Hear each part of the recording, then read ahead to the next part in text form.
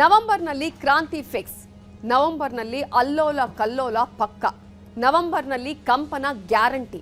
ಈ ರೀತಿಯಾದಂತಹ ಮಾತುಗಳು ಕಾಂಗ್ರೆಸ್ನಲ್ಲಿ ದೊಡ್ಡ ಮಟ್ಟದಲ್ಲಿ ಚರ್ಚೆಯಾಗ್ತಾ ಇದೆ. ಕಾಂಗ್ರೆಸ್ನಲ್ಲೇ ಈ ಎಲ್ಲಾ ಮಾತುಗಳು ಇದೀಗ ಕೇಳಿ ಬರ್ತಾ ಇದೆ. ಸಿಎಂ ಸಿದ್ದರಾಮಯ್ಯ ಅವರೇ ಅತಿ ಶೀಘ್ರದಲ್ಲೇ ಸಂಪುಟ ಪುನಾರಚನೆ ಫಿಕ್ಸ್ ಅನ್ನುವಂತಹ ಮಾತನ್ನು ಕೂಡ ಹೇಳಿಬಿಟ್ಟಿದ್ದಾರೆ. ಅದರ ಬೆನ್ನಲ್ಲೇ ಸಾಕಷ್ಟು ಬೆಳವಣಿಗೆಗಳು ನಡೀತಾ ಇದೆ. ಹಾಗಾದ್ರೆ ನವೆಂಬರ್ನಲ್ಲಿ ಕ್ರಾಂತಿ ಫಿಕ್ಸಾ? ಏನು ಬೆಳವಣಿಗೆಗಳು ಆಗಬಹುದು? ಅಧಿಕಾರ ಹಂಚಿಕೆ ವಿಚಾರನ ಅಥವಾ ಸಂಪುಟ ಪುನಾರಚನೆನ ಅಥವಾ ಬೇರೆ ವಿಷಯನ ಅನ್ನುವಂತಹ ಚರ್ಚೆಗಳು ಕೂಡ ನಡೀತಾ ಇದೆ. ಇವೆಲ್ಲದರ ಕಂಪ್ಲೀಟ್ ಡೀಟೇಲ್ಸ್ ಇಲ್ಲಿದೆ.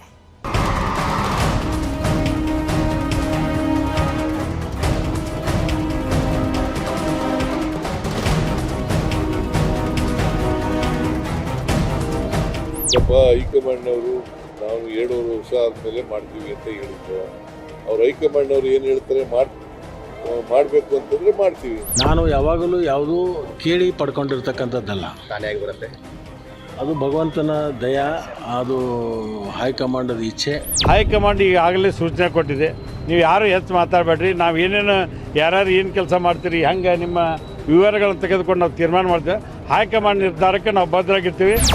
ನವೆಂಬರ್ನಲ್ಲಿ ಕ್ರಾಂತಿ ಅನ್ನೋ ಟೈಮ್ನಲ್ಲೇ ಸಿಎಂ ಪುತ್ರ ಯತೀಂದ್ರ ಸಿದ್ದರಾಮಯ್ಯ ಸ್ಫೋಟಕ ಹೇಳಿಕೆ ಕೊಟ್ಟಿದ್ರು. ಕಾಂಗ್ರೆಸ್ನಲ್ಲಿ ಸಂಚಲನ ಉಂಟು ಮಾಡಿದ್ರು. ಈಗ ಸಿಎಂ ಸಿದ್ದರಾಮಯ್ಯ ಅವರೇ ನೇರವಾಗಿ ಹೇಳಿದ್ದಾರೆ. 2.5 ವರ್ಷ ಬಳಿಕ ಬದಲಾವಣೆ ಪಕ್ಕ ಅಂತ ಓಪನ್ ಆಗಿ ಹೇಳಿದ್ದಾರೆ. ಸಿಎಂ ಸಿದ್ದರಾಮಯ್ಯ ಹೀಗೆ ಹೇಳ್ತಾಗಿದ್ದಂತೆ ಕುರ್ಚಿ ಕಂಪನ ಶುರುವಾಗಿದೆ. ನವೆಂಬರ್ ಕ್ರಾಂತಿ ಫಿಕ್ಸ್ ಅಂತಿದ್ದಾರೆ. ಆದರೆ ನವೆಂಬರ್ನಲ್ಲಿ ಕ್ರಾಂತಿ ನಡೆದಿದ್ರು ಅದು ಸಿಎಂ ಬದಲಾವಣೆ ಕುರಿತು ಅಲ್ಲ, ಬದಲಿಗೆ ಕ್ಯಾಬಿನೆಟ್ ಪುನರ್ರಚನೆ, ಸಂಪುಟಕ್ಕೆ ಸರ್ಜರಿ. ಸಂಪುಟ ಸರ್ಜರಿ ಫಿಕ್ಸ್, ಯಾರಿಗೆಲ್ಲ ಕೋಕ್. ಕಾಂಗ್ರೆಸ್ನಲ್ಲಿ ಕುರ್ಚಿ ಕೋಲಾಹಲ, ಯಾರಿಗೆಲ್ಲ ಅವಕಾಶ. ರಾಜ್ಯ ಕಾಂಗ್ರೆಸ್ಸಿನ ಮುಂದಿನ ನಾಯಕ ಯಾರು? ಮುಂದಿನ ಸಿಎಂ ಯಾರು? ಸಿಎಂ ಸಿದ್ದು ನಂತರ ಅವರ ಪ್ಲೇಸಿಗೆ ಯಾರು ಹೋಗ್ತಾರೆ ಅನ್ನೋ ಚರ್ಚೆ ನಡೀತಿರೋವಾಗ್ಲೇ ರಾಜ್ಯ ಕಾಂಗ್ರೆಸ್ಸಿನ ಕೆಲ ಸಚಿವರ ಕುರ್ಚಿ ಶೇಕ್ ಆಗ್ತಿದೆ, ಕುರ್ಚಿ ಸೌಂಡ್ ಮಾಡ್ತಿದೆ. ಯಾಕೆಂದ್ರೆ ಸಂಪುಟ ಪುನಾರಚನೆಗೆ ಮುಹೂರ್ತ ಫಿಕ್ಸ್ ಆಗೋಗಿದೆ.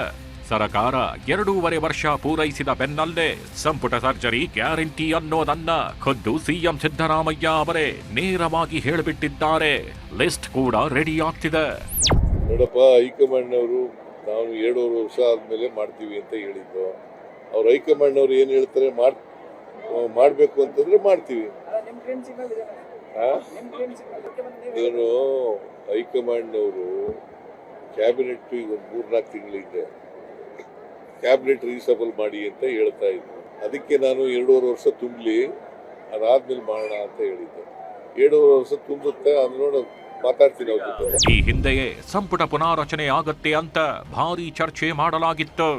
ಕ್ಯಾಬಿನೆಟ್ನಲ್ಲಿ ಮತ್ತೆ ಕೆಲವರಿಗೆ ಅವಕಾಶ ಸಿಗತ್ತೆ ಅಂತ ಹೇಳಲಾಗಿತ್ತು. ಈಗ ಓಪನ್ ಆಗಿ ಸಿಎಂ ಸಿದ್ದರಾಮಯ್ಯ ಅವರೇ ಸಂಪುಟ ಸರ್ಜರಿಗೆ ಸಮಯ ಹತ್ತಿರ ಬಂದಿದೆ, ಮತ್ತೊಂದು ಸಂದೇಶ ಬರಬೇಕಿದೆ ಅಷ್ಟೇ ಅಂತ ಸಿಎಂ ಸಿದ್ದರಾಮಯ್ಯ ಹೇಳಿದ್ದಾರೆ. ಸಿಎಂ ಸಿದ್ದು ಹೀಗೆ ಹೇಳಿದ್ದೇ ತಡ ಕೆಲವರಿಗೆ ಟೆನ್ಷನ್ ಶುರುವಾಗಿದೆ. ಕೆಲವರ ಮಿನಿಸ್ಟರ್ ಕುರ್ಚಿ ಈಗಾಗಲೇ ಅಲುಗಾಡೋಕೆ ಶುರುವಾಗಿದೆ. ಮತ್ತೆ ಕೆಲವರ ಮುಖದಲ್ಲಿ ಮಂದಹಾಸ ಬಂದಿದೆ. ಸಚಿವರಾಗ್ತಿದ್ದೀವಿ, ನಮ್ಮ ಆಸೆ ಕೊನೆಗೂ ಈಡೇರುತ್ತಿದೆ ಅನ್ನೋ ಆಸೆಯಲ್ಲಿದ್ದಾರೆ. ಅವರವರು ವೈಯಕ್ತಿಕ ಅಭಿಪ್ರಾಯಗಳು ಹೇಳಲಿಕ್ಕೆ ಏನು ತಪ್ಪಿಲ್ಲ, ಹೇಳ್ಬೋದು. ಆದರೆ ಏನೇ ಇದ್ರೂ ಸಹಿತ ನ್ಯಾಷನಲ್ ಪಾರ್ಟಿಗಳು ಅದು ನ್ಯಾಷನಲ್ ಲೆವೆಲ್ನಲ್ಲಿ ಡಿಸೈಡ್ ಆಗುತ್ತೆ. ಯಾರ ನೇತೃತ್ವ, ಯಾರ ಮುಖ್ಯಮಂತ್ರಿ, ಯಾರ ನೇತೃತ್ವದಲ್ಲಿ ಹೋಗಬೇಕು ಅನ್ನೋದು ತೀರ್ಮಾನ ಮಾಡೋದು ಹೈಕಮಾಂಡ್ ಏನು ಹೇಳುತ್ತೆ ಅದಕ್ಕೆ ನಾವೆಲ್ಲರೂ ಕೂಡ ತಲೆಬಾಗ್ತೀವಿ. ಅದು ಮುಂದುವರೆದು ಸಂಪುಟ ವಿಸ್ತರಣೆ ಆಗೋ ಸಾಧ್ಯತೆ ಇದೆ. ಮುಖ್ಯಮಂತ್ರಿಗಳೇ ಹೇಳಿದಾರಲ್ಲ, ನಿನ್ನ ಬೆಳಗಾಂದಲ್ಲಿ ಹೇಳಿದ್ದಾರೆ ಪುನರ್ರಚನೆ ಮಾಡ್ತೀನಿ ಅಂತ ಹೇಳಿದ್ದಾರೆ. ಅದು ಮೊದಲು ಗೊತ್ತಿದ್ದದ್ದು ವಿಷಯ, ಈಗ ಅವರು ಓಪನ್ ಆಗಿ ಹೇಳಿದ್ದಾರೆ. ಆ ಸಂದರ್ಭ ಬರಲಿ, ಅವಾಗ ಅದ್ರ ಬಗ್ಗೆ ಪ್ರತಿಕ್ರಿಯೆ. ನಾನು ಯಾವಾಗಲೂ ಯಾವುದೂ ಕೇಳಿ ಪಡ್ಕೊಂಡಿರ್ತಕ್ಕಂಥದ್ದಲ್ಲ, ತಾನೇ ಬರುತ್ತೆ. ಅದು ಭಗವಂತನ ದಯಾ, ಅದು ಹೈಕಮಾಂಡದ ಇಚ್ಛೆ. ಅದರಿಂದ ಅವ್ರು ಏನು ಜವಾಬ್ದಾರಿ ಕೊಡ್ತಾರೋ ಅದನ್ನು ನಿರ್ವಹಿಸ್ತಕ್ಕಂಥ ಕೆಲಸವನ್ನು ನಾವು ಮಾಡ್ತೀವಿ. ಬಿಹಾರ್ ಎಲೆಕ್ಷನ್ ಬಳಿಕ ಸಂಪುಟ ಸರ್ಜರಿ, ರಾಜ್ಯ ಸಚಿವ ಪುನಾರಚನೆ ಹಾಗೂ ನವೆಂಬರ್ ಕ್ರಾಂತಿ ವದಂತಿ ನಡುವೆ ಸಿಎಂ ಸಿದ್ದರಾಮಯ್ಯ ಸಂಪುಟ ಪುನಾರಚನೆ ಮಾಡುತ್ತೇವೆ ಅಂದಿದ್ದಾರೆ. ನವೆಂಬರ್ನಲ್ಲೇ ಕ್ಯಾಬಿನೆಟ್ ಸರ್ಜರಿ ನಡೆಯಲಿದೆ ಅಂತಿದ್ದಾರೆ. ಈ ನಡುವೆಯೇ ಡಿಸಿಎಂ ಡಿಕೆಶಿ ದೆಹಲಿಗೆ ಪ್ರವಾಸ ಮಾಡಿದ್ದು ಭಾರೀ ಕುತೂಹಲ ಮೂಡಿಸಿದೆ. ಇಷ್ಟೇ ಅಲ್ಲ, ಬಿಹಾರ ವಿಧಾನಸಭಾ ಚುನಾವಣೆ ಫಲಿತಾಂಶ ನವೆಂಬರ್ 14ರಂದು ಪ್ರಕಟವಾಗಲಿದ್ದು, ಅದಾದ ಮರುದಿನವೇ ಸಿದ್ದರಾಮಯ್ಯ ಅವರು ದೆಹಲಿಗೆ ತೆರಳಲಿದ್ದಾರೆ. ದೆಹಲಿಯಲ್ಲಿ 2-3 ದಿನಗಳ ಕಾಲ ಅಲ್ಲೇ ಉಳಿಯಲಿದ್ದಾರೆ. ಹೊಸ ಸಚಿವರ ಲಿಸ್ಟ್ ರೆಡಿ ಮಾಡಿಕೊಂಡು ಬರಲಿದ್ದಾರೆ ಎನ್ನಲಾಗ್ತಿದೆ. ನೋಡಿ, ವಾಟ್ ಎವರ್ ಇಟ್ ಈಸ್, ಎಲ್ಲರೂ ಹೈಕಮಾಂಡಿಗೆ ಬಂದ್ರಲ್ಲ. ಈಗ ನಾಳೆ ಈಗ ನಾವು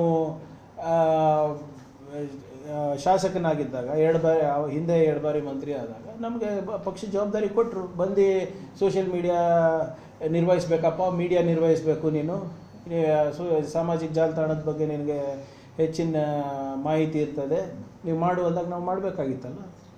ಈಗೆಲ್ಲ ಸೀನಿಯರ್ MLAs ಇರ್ಬೋದು, ಮಂತ್ರಿಗಳಿರ್ಬೋದು, ಎವ್ರಿಬಡಿ ಪಾರ್ಟಿ ಏನು ಹೇಳುತ್ತೆ ಅದನ್ನು ನಾವು ಮಾಡ್ಕೊಂಡು ಬರ್ತೀವಿ. ನಾಳೆ ಇಲ್ಲಪ್ಪ ಇದೆಲ್ಲ ಸಾಕಾಗಿದೆ, ನೀವೆಲ್ಲ ಪಕ್ಷದ ಚಟುವಟಿಕೆಗಳಿಗೆ ಇಳಿರಿ ಅಂದರೆ ಎಲ್ಲರೂ ಇಳಿಬೇಕಾಗುತ್ತೆ. ಆಬ್ಸಲ್ಯೂಟ್ಲಿ ತ್ಯಾಗಲ್ಲ, ವಿ ಆರ್ ಫಾಲೋಯಿಂಗ್ ಆರ್ಡರ್ಸ್. ಈಗ ಪಕ್ಷದಿಂದ ನಾವಲ್ಲ, ನನ್ನಿಂದ ಪಕ್ಷ ಅಲ್ಲ.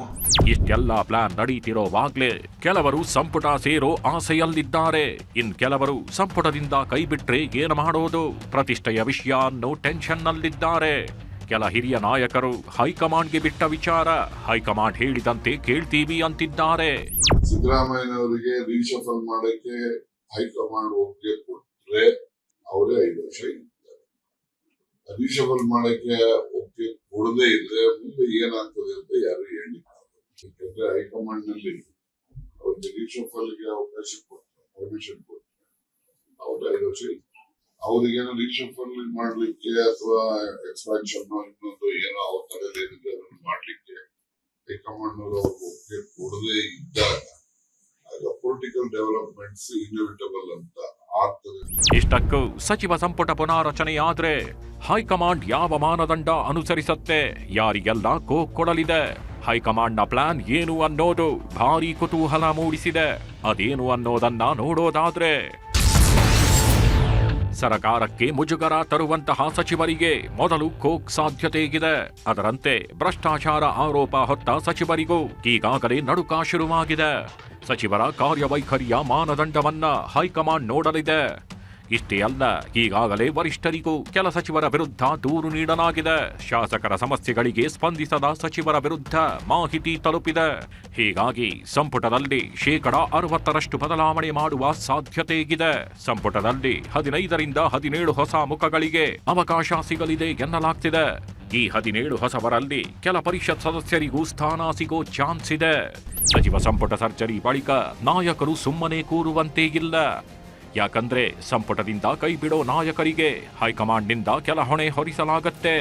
ಹಿರಿಯ ನಾಯಕರಿಗೆ ಪಕ್ಷ ಸಂಘಟನೆ ಮಾಡುವ ಜವಾಬ್ದಾರಿ ನೀಡಲಾಗತ್ತೆ. ಮುಖ್ಯವಾಗಿ ಕೋಕ್ ನೀಡಿದ್ರೆ ಅಸಮಾಧಾನಗೊಳ್ಳದಂತೆ ಹೈಕಮಾಂಡ್ ನೇರವಾಗಿ ಸಮಾಧಾನ ಮಾಡೋ ಕೆಲಸ ಮಾಡುತ್ತೆ. ಸದ್ಯ 2.5 ವರ್ಷ ಸಚಿವ ಸಂಪುಟ ಸೇರೋಕೆ ಕೆಲ ನಾಯಕರು ಕಾಯ್ತಾಗಿದ್ದಾರೆ.